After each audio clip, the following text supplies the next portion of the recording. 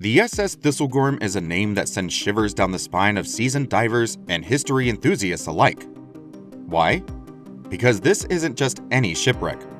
The SS Thistlegorm holds within its rusting hull a treasure trove of stories and mysteries waiting to be uncovered. Now, let's first dive into some history behind the SS Thistlegorm ship. The SS Thistlegorm was a British cargo steamship built in northeast England in 1940. Sadly, it met its end when a German bomber aircraft sunk it in the Red Sea in 1941. Now, it's known as a famous diving spot near Ras Muhammad, Egypt. Built by J.L. Thompson and Sons in Sunderland, County Durham, the Thistlegorm was completed on June 24, 1940. It measured 415.1 feet in length, 58.2 feet in beam, and 24.8 feet in depth. It had tonnages of 4,898 GRT and 2,750 nRT. The ship was powered by a 3-cylinder triple expansion engine rated at 365 nominal horsepower, built by Northeastern Marine Engineering. Originally owned by Albin Line and registered in Sunderland, the Thistlegorm was funded partly by the Ministry of War Transport. It was equipped defensively with a 4.7-inch gun on its stern and a heavy-caliber machine gun for anti-aircraft cover. The ship completed 3 successful voyages, carrying steel rails and aircraft parts from the US, grain from Argentina, and rum from the West Indies. Before its final voyage, it underwent repairs in Glasgow. Today, the remains of the Thistlegorm attract divers from all over the world. Its wreck has become a must-visit destination in the Egyptian Red Sea. Thanks to a series of fortunate events, it's now one of the top wrecks for recreational diving globally. Final voyage. Well, the SS Thistlegorm sure had an interesting cargo list. But did you know its final voyage turned into a harrowing tale of bravery and tragedy? On its last trip from Glasgow on June 2, 1941, the SS Thistlegorm was heading to Alexandria, Egypt, carrying a fascinating mix of cargo: Bedford trucks, Universal Carrier armored vehicles, motorcycles, Bren guns, ammunition, rifles, radio gear, Wellington boots, aircraft parts, railway wagons, and even 2 steam locomotives for the Egyptian National Railways. Quite a diverse load, right? As tensions rose in the Mediterranean with German and Italian forces, Thistlegorm joined a convoy via Cape Town, South Africa, where it refueled. Then, it sailed north along the East African coast into the Red Sea. However, a mishap in the Suez Canal led the convoy to anchor at Safe Anchorage F in September 1941, alongside the light cruiser HMS Carlisle. Unknown to them, German intelligence suspected a troop carrier in the area, and 2 Heinkel He 111 aircraft were sent to find and eliminate it. They missed the carrier but found the ships at Safe Anchorage F. Tragically, Thistlegorm became the unintended target. At 0130 on October 6, 1941, 2 2.5-ton bombs struck Hold 4, causing a massive explosion due to stored ammunition. The ship sank, claiming the lives of 4 sailors and 5 gunners.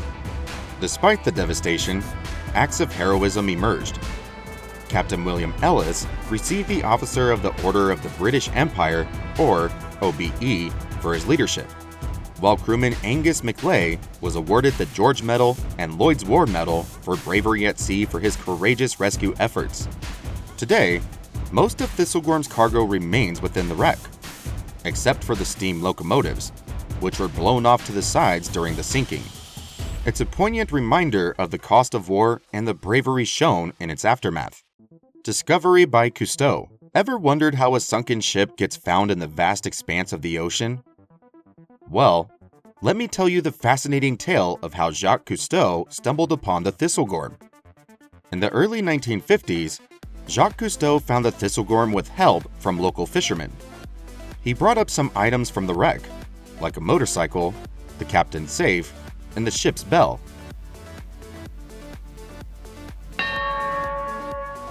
Cousteau's divers explored the wreck, and he wrote about it in his book, The Living Sea. rediscovery, and recreational dive site. Well, now let me take you on a journey to the rediscovery of the Thistlegorm, a sunken marvel waiting to be explored. After Jacques Cousteau's visit, the Thistlegorm was mostly forgotten, except by local fishermen. But in the early 1990s, Sharm el-Sheikh, Egypt, started becoming a popular diving spot. Divers rediscovered Thistlegorm after a boat named Poolster visited, following tips from an Israeli fishing boat captain. The big explosion that sank the ship blew away a lot of its midship structure, making it easy for divers to explore. At about 30 meters, 100 feet, deep, it's perfect for diving without needing special gear or training. Divers flock to the wreck because there's so much cargo to see and explore. In hold number 1, you can spot boats and motorcycles. Hold number 2 has trucks, motorcycles, Wellington boots, rifles, and even parts of aircraft like Westland Lysander wings and Bristol Blenheim bomber tailplanes. You'll also find Universal Carrier armored vehicles, RAF trolley accumulators, and other interesting items scattered around. Plus, you can see one of the steam locomotives on the port side and another on the starboard side, both near hold number 2. In 2007, the Times hailed Thistlegorm as one of the world's top 10 wreck diving spots. But sadly, the historic wreck is slowly falling apart due to natural rusting. The dive boats that depend on it for business are also causing damage by anchoring to weak parts of the wreck, leading to its collapse.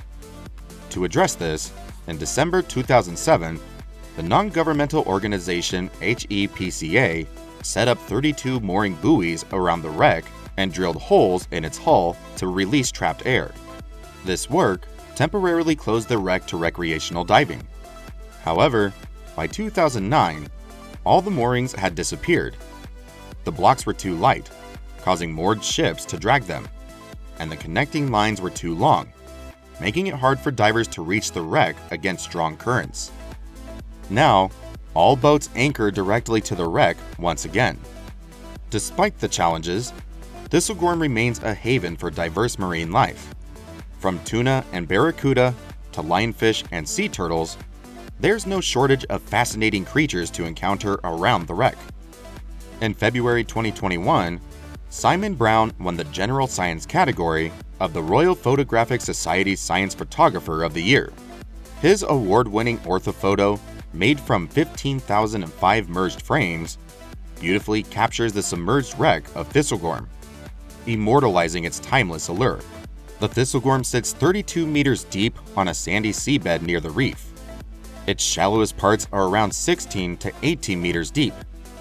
While not overly challenging, it's not recommended for beginners because some of the most fascinating parts are below deck, where you'll need to dive under the roof. The wreck is a treasure trove of sights, with still visible motorcycles and trucks being among the most impressive. You may have seen pictures, but experiencing them in person is truly unforgettable. The wreck is overflowing with life, with lionfish often found in the shaded areas and large crocodile fish easily spotted on deck. Visibility is usually good, varying between 18 and 30 meters depending on the season. So, get ready for an incredible underwater adventure. The cargo, a submerged museum. The Thistlegorm isn't just any shipwreck. It's like a submerged museum showcasing a piece of World War II history beneath the waves.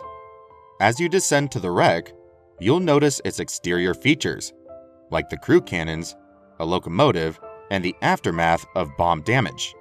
The Bren gun carrier tanks, often seen overturned, reveal their chains while supporting infantry operations.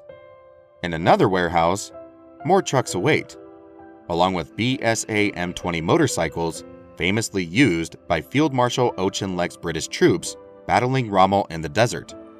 The cargo holds also has a collection of vehicles essential for wartime operations.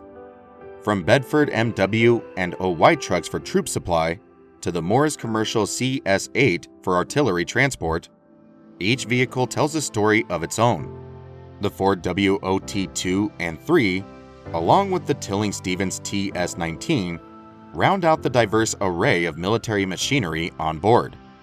Exploring the Thistlegorm is like stepping back in time, where each artifact offers a glimpse into the challenges and triumphs of World War II. It's a journey through history that's both educational and awe-inspiring. Yet, despite its allure, the Thistlegorm remains a reminder of the cost of conflict caused during World War II. Each rusted artifact, twisted metal, and other object serves as a testament to the sacrifices made by those who came before us. As you ascend back to the surface, you can't help but feel humbled by the experience. So, what lies beneath the surface of the SS Thistlegorm? A world frozen in time, waiting to be explored. It is a stark reminder of the past and a glimpse into the future. But above all, it is a testament to the brave spirit of humanity in the face of adversity. And with that, I thank you for joining us in unraveling the mysteries of the SS Thistlegorm.